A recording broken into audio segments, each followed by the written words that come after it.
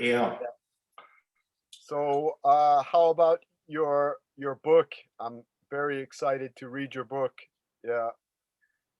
Oh, my book. Yeah, is my labor of love. I know this is a stereotype, but it's really my labor of work of love, and it's like 7 years in making. So it's finally done. I'm happy with it. That's it.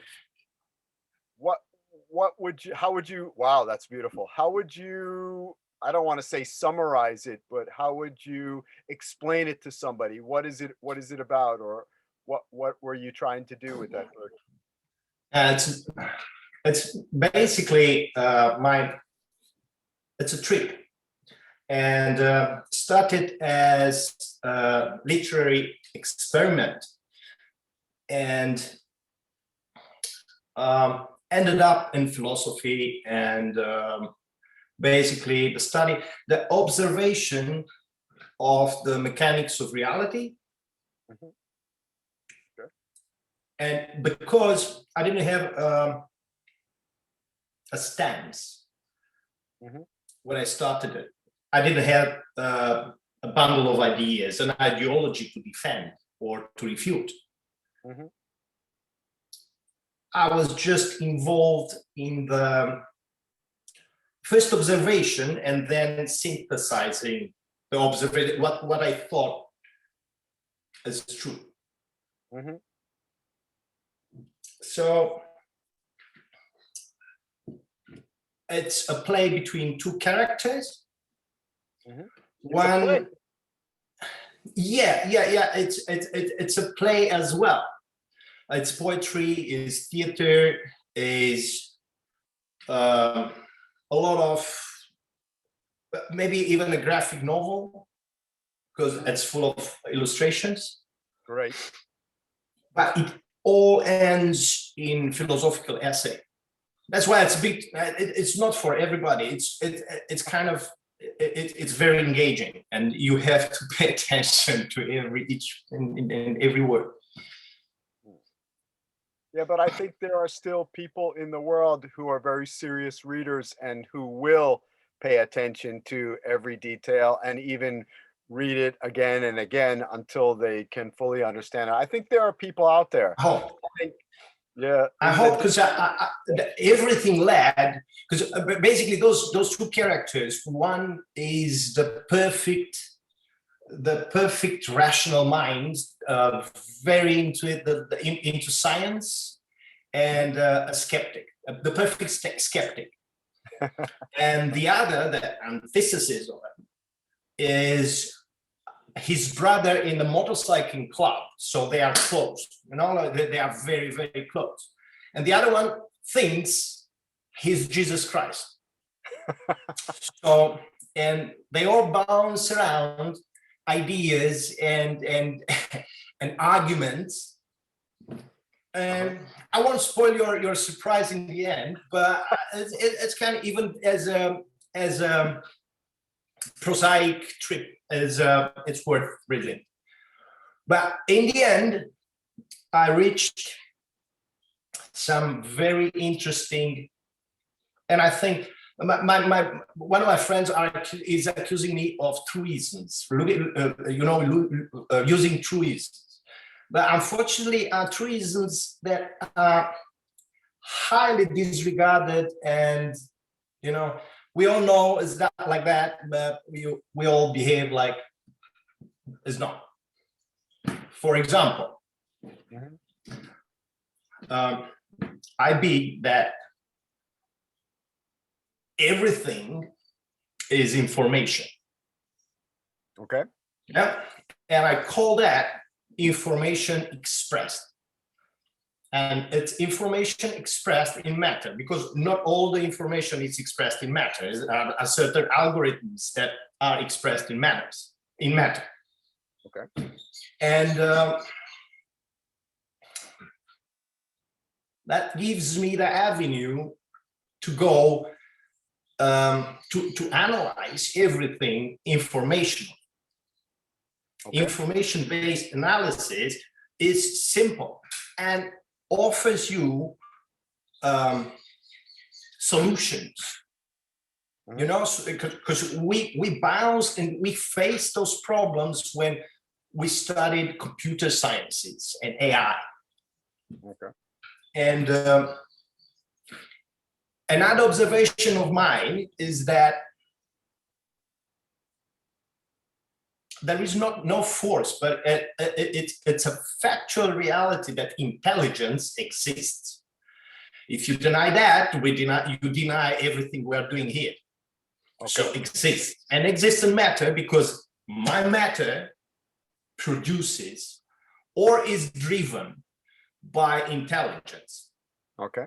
You can be very, very factual and say that my intelligence is a tool of mine to put stuff in my mouth, and back it goes, to transform, basically to transform beautiful nature in excrement. Yes. You know, but it's not. That's because when you are driving your car, you're driving towards something. You're not driving for the pleasure of driving or for the pleasure of the driving itself. It's not the end result. Of course, you can argue that it's pleasurable and you're doing it. Sometimes you're doing like that. But the rule of thumb is that. Furthermore, so if matter has intelligence, yeah, there is an intelligence of matter. Okay. A equals B, B equals A. Okay. I'm following you. It's factual, yeah? It's factual as I'm factual. If I'm not factual, intelligence is not factual. Okay. And it's a bit non-intelligent to consider ourselves the only intelligence algorithms that are structuring the in excess, the information expressed, this huge algorithm that is this universe. So there are different patterns. And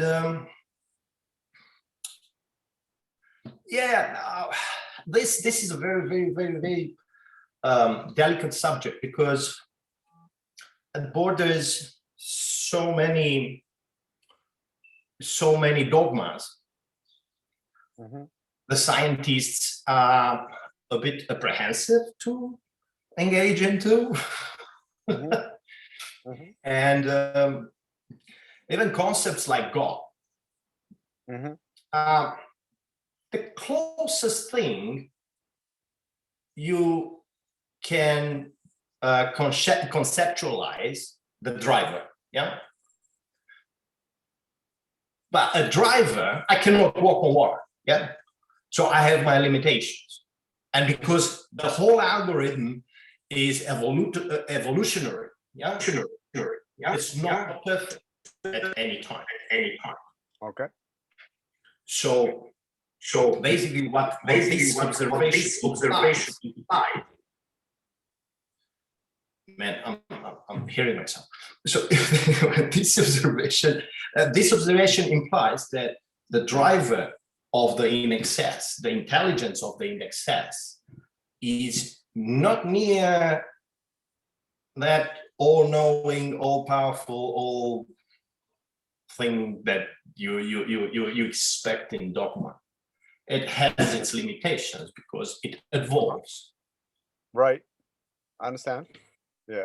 So, and as a logical system, the whole in excess, having a directionality and an optimization, which we observe in evolution, needs to have a driver. Maybe it's not the intelligence we can conceptualize, you know, bouncing it on our intelligence, because our bandwidth is limited. But when you imagine the intelligence of an ecosystem, which maybe, you know, you're a part of, the concepts are far bigger. the actions, the predicates are huge, and you will never ever be able to protrude that level. It's like an ant trying to understand the ant colony. You know, when the ant colony says to an ant, winter is coming, stock up. Winter coming. what are you trying to say? And here, certain observations must be addressed, like the social intelligence we were talking before. And our social intelligence is one of the most important things in human intelligence and for human intelligence. Because without it, my ideas are seldom and mostly wrong, reflecting reality from my limitations and specific angle. You know, my upbringing, the life I had, my experiences, and that's why I need you to reflect it from another angle and the other one. Alone, I cannot dress myself, I cannot feed myself, let alone go on Mars, you know. And unfortunately, right now, what we are experiencing is the atomization of this social intelligence. And this social intelligence is transgressing into some kind of weird generalized psychosis, because you cannot have a psychosis without intelligence. You know, you have to deny the law to be exceptional in that regard. Yeah, you've written about this before on Facebook, this exact thing you're saying now. I want to hear more, so I'm curious. Please go ahead. Yeah, it's all in the book, but it's very, very beautifully explained there. Oh, I'm so, but it's very, very eloquently described, because it's a journey. It's a journey from where I was when I started studying and synthesizing what we know as true about those subjects, and where I got. Most ideologies are wrong because this the synthesis it's going backwards. You know, you start with a synthetic idea and then try to find your arguments. You know, I started with the arguments and I synthesized without having any personal agenda. And just I like this. I like this idea. Where went? I really like this idea. You know, sorry, I'm interrupting you, but no. People have asked me. Yes. People have asked me like what my philosophy is, and what I've said to many people is the most important thing to do is to rid yourself of all the brainwashing that you received as a young person. All the bias. Cultural, religious, family, society. Dump all of it. Clear your slate. Empty it all. And then when you're completely empty, then you can start learning. Yes, because intelligence, now I'm giving away a lot from my book, and I was expecting I was betting on the wow factor, you know. Everything is the measure of its error. You know, when you go back to Plato, you know, and the concept, the fire and the shadow, you know, the shadow is actually the measure of the distance to the concept. You know, this is my glass, my cup, yeah? This cup is all the values from the perfect conceptual cup. Okay. The problem with science now is that they're trying to convince the public or whatever that this cup is distance from nothing. Now, sounds good until you try to see where nothing is.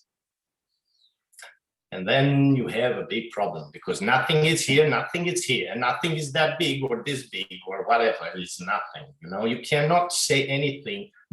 You can only say nothing about nothing. So it's a cyclic inference that goes nowhere. Right. But from imagine concepts, the projection of this cup in the infinity, you know, that's because this is the travel anyway. So it's tricky to explain at this level, but now I got, and I cannot divulge this, man.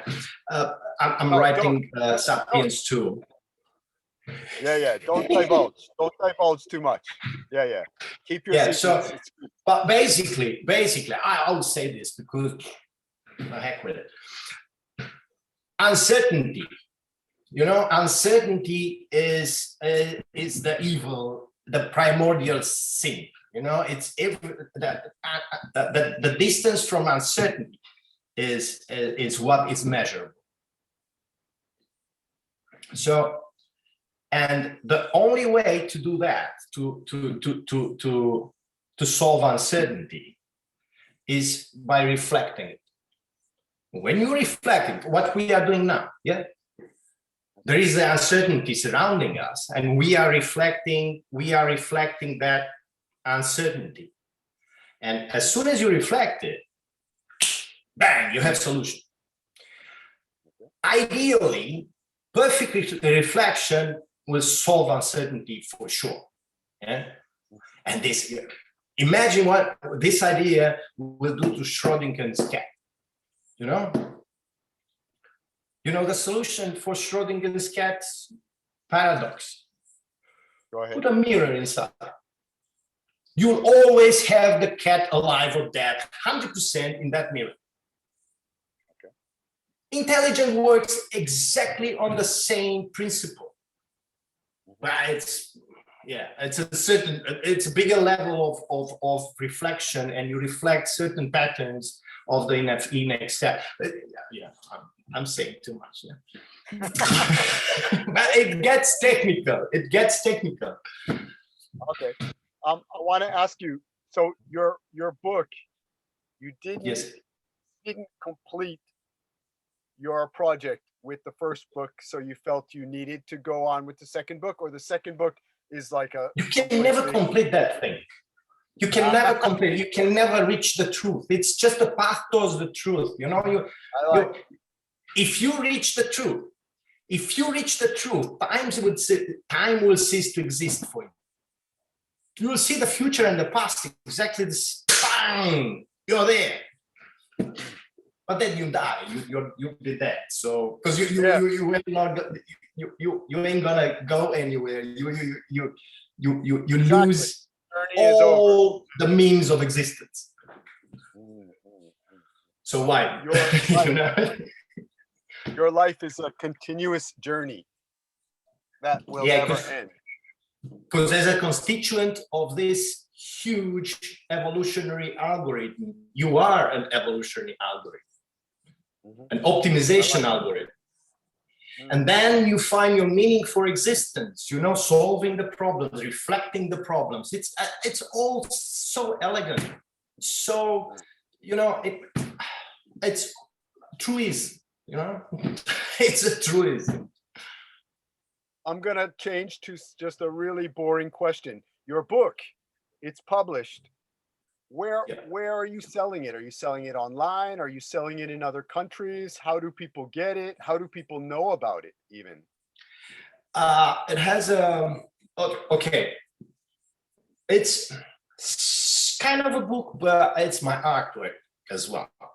So I produced it entirely. And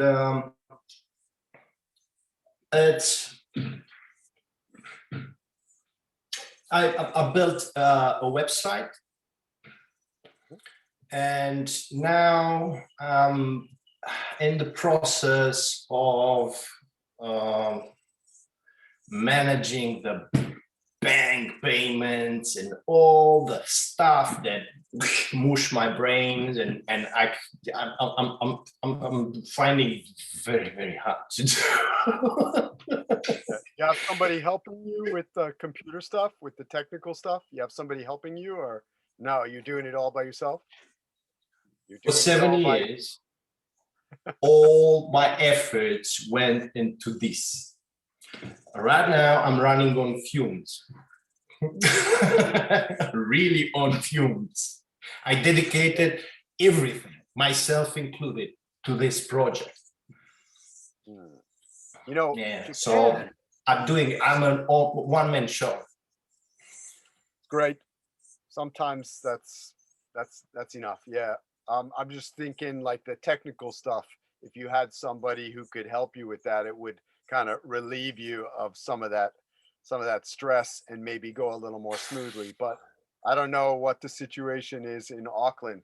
Here, there are just millions of people. There's so many people who are good at that sort of thing that it's pretty easy to find somebody like that. But I Yeah, don't it's know easy. what the It's very easy. But we are living in a very materialistic society, and right now resources for me are very low, on an all-time low. I never been this but low. yeah, exactly.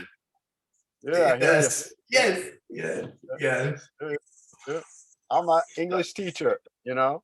That's what I do for a living. I teach Oh, in Japan. So when the corona hit, a lot of the jobs disappeared. But, you know, switching to online doing this, now things are coming back. I also am part owner of an English school here. So we've been switching a lot awesome. of our teaching also to online teaching, still doing in-person teaching, but like switching a lot of it to online. Online. Yes. Yeah. Yeah, I Has don't a like it. future. I don't like it, but I mean, it is what it is. It is what it is, you know. People expect, you know, in the situations of crisis to find a gap where everything is fine. You know, no, it's not fine. It's- No, it is what it you is, adjust. Captain Obvious. You Yes, adjust. That's what you do. You adjust. You look at the absolutely, situation, absolutely. you adjust. Yeah. And you Um, adjust your expectations as well. Mm. you know, I wanted to say something to you. Yeah, I don't Yeah. know what the book market is like in America anymore. I know that most of the bookstores have closed, and I don't know what New Zealand is like. But in Japan, there is still a love of books, of physical books. Japan, the bookstores are still open. This is a Yes. peculiar country. They have a very, I would say, like a very developed aesthetic sense towards books. Yeah, I admire this. Yeah, Yeah. it's beautiful. So, and they're also very interested in like books, philosophical books, or books Yes, with new ideas. They're very this country. Um, they have their history and they have their way of thinking, but they yes, love to like grab something that they don't know anything about, even if they completely disagree with it. They love to grab something and just ingest it. Like a lot of yes. Western countries, people are more like stubborn about what, you know, like, oh no, I'm not interested in this. Oh no, that's nonsense. This that that that's the that's the sign. That's the telltale sign of an ancient intelligence, social intelligence, using the the the the paths that are right and building with them. You know, we are obsessed on the limitations and on error. If you say something I disagree with, I will disagree completely with you. You know, and that's unintelligent at best. And we are talking about a culture where the samurai was ending his life in a poem. You know, it's like beautiful, man. That's the set of mind you need, you know, to put through this heretic thing, the uncertainty of what happens. Well, I wanted to say this to you because, like, if you're thinking what you can do with this book, I mean, if you were thinking about Japan, obviously you'd have to get it translated, which would be a pretty colossal effort. Yeah. But if you knew somebody who was interested enough in the book, if you found somebody who looked at the book and said, "Oh my God, I want to translate this," you might find somebody Yes. who would First, my demographic. I understand completely what you say and agree with you. Now that's there are particularities for this book because it's only for intellectuals. You know, if you buy this book and you're not an intellectual and you don't have the genius bone in you, don't, because it just will stretch you too much. It's intense. So, and usually, I think English. Yeah, English right now has lost all its national values. That this English that we talk, and you know, we are talking it. You know, and it's amazing. You know, creates a social intelligence in itself. You know, and that affects the focal points, because if you study myceliums, you know, you see intelligence has focal points, you know, works on focal points. And when you want to address it, you have to address those focal points. You know, and I think this is a common English right now is a common denominator for those focal points. You know, and it's like a censorship, you know. Unfortunately, if you don't know English,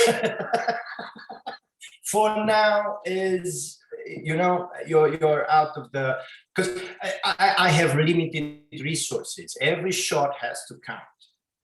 Because I really not believe in my ideas. I really think they are true. And there are truisms that we are living like they don't exist. And that's the reason for a lot of hurt and a lot of tension and a lot of things not good happening between us and with us. Oh, this is another topic I want to get into with you. I've had some very rough discussions about this. I've said to people that I believe there is a truth that exists in the universe. I don't say it's necessarily fixed, that maybe, like you're saying, it's always evolving, but there is something I would call a universal truth. And I feel like my life... It's a reflection right now. It's the reflection of the universe right now. That's the truth. It's simple. It's you see, when you treat everything as information, it's like the information here, information here. If matches, true. But people who argue with me say, no, there's no universal truth. There's only your truth. That every person has a different truth. So there's nothing that you can say is the truth more than what somebody else thinks is the truth. And I've argued with people that I feel like what I've done in my life is kind of empty myself of bias in order to be able to find the truth. Absolutely. Which I believe exists outside me. But I argue with people who say, no, you're not really doing that. You're fooling yourself. actually you're just grabbing what you want to believe and you're calling it the truth because you want to believe it's more correct than what other people are doing to satisfy your ego or just to make you feel that Absolutely, you're like but as I said before, a social intelligence is the power to reflect reality in so many facets, you know, in so many angles. And of course, I'm wrong. And there is a value of truth in what I say, and is a value of uncertainty that it's yet to be seen and reflected and acknowledged. And of course, you are wrong. But together, we have a bigger value of truth than alone. Yeah. So all the values of truth at once have bigger value of truth. But you cannot say that value of truth is so you measure it from zero again, zero. Zero is such a mind-blowing thing, man. It's mind-bending, you know. It's so in excess of today, yeah, the algorithm of this universe now, yeah, it's very fixed, it's very rational, and it's very, very, it's one, you know, because otherwise you will contradict the existence of the universe and we'll have a different discussion, you know. But to have a unity, a unit, you know, to speak of through the concept of the universe, we know almost with precision the weight of the universe. We know its limitations. You know you cannot travel faster than the speed of light, and all those limitations that make it one algorithm, mind-blowingly huge. And you have just a bandwidth like this. So you are trying to find patterns to understand, to reflect through your algorithm, the algorithm of the universe. Mm-hmm. So you can make accurate projections, because otherwise it's irrelevant what you know and what you don't know, because you don't understand. So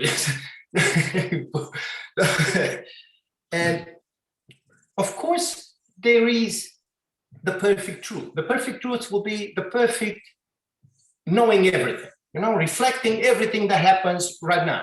You know, that will be the ultimate truth about this universe. Mm-hmm. But they make a switch between language and meta language, and they understand by that the truth about the universe must be perfect. And it's not perfect because it's evolving. So that's obviously they are right, but they are very, very wrong because they are right. Well, I get into arguments with people about morality and ethics. Like I try to say like that for me in my life, I've discovered that one of the truths is that human life is most pleasant when people have like a strong ethical sense and a strong moral belief system. That truth, it's not coming from inside me. It's something I learned from outside me, from experience, by eliminating like cultural, religious, not religious. This is not a religious ideology. This is just a pure, I'm a human being living on this planet. And through my 59 years of life experience, I have come to this conclusion, or just I've noticed this truth that life is most pleasant when people respect a certain ethical sense. Yes, boundaries and paths. Yeah. Absolutely. Yeah, people blast me, but people blast me when I say this. They're like, no, you're just fools. That because you want to believe that, and it doesn't exist. Yes, because they love their own limitations, because that's all they have, because this is all they see, their limitations, you know, their greed, their self-interest, but if you understand this this universe as an evolutionary algorithm, yeah, then you understand that it's a certain path that that optimization happens. And if you go sideways, you fall off, you disappear, you go extinct. If you don't keep up, you go off, you disappear, you go extinct. And all your actions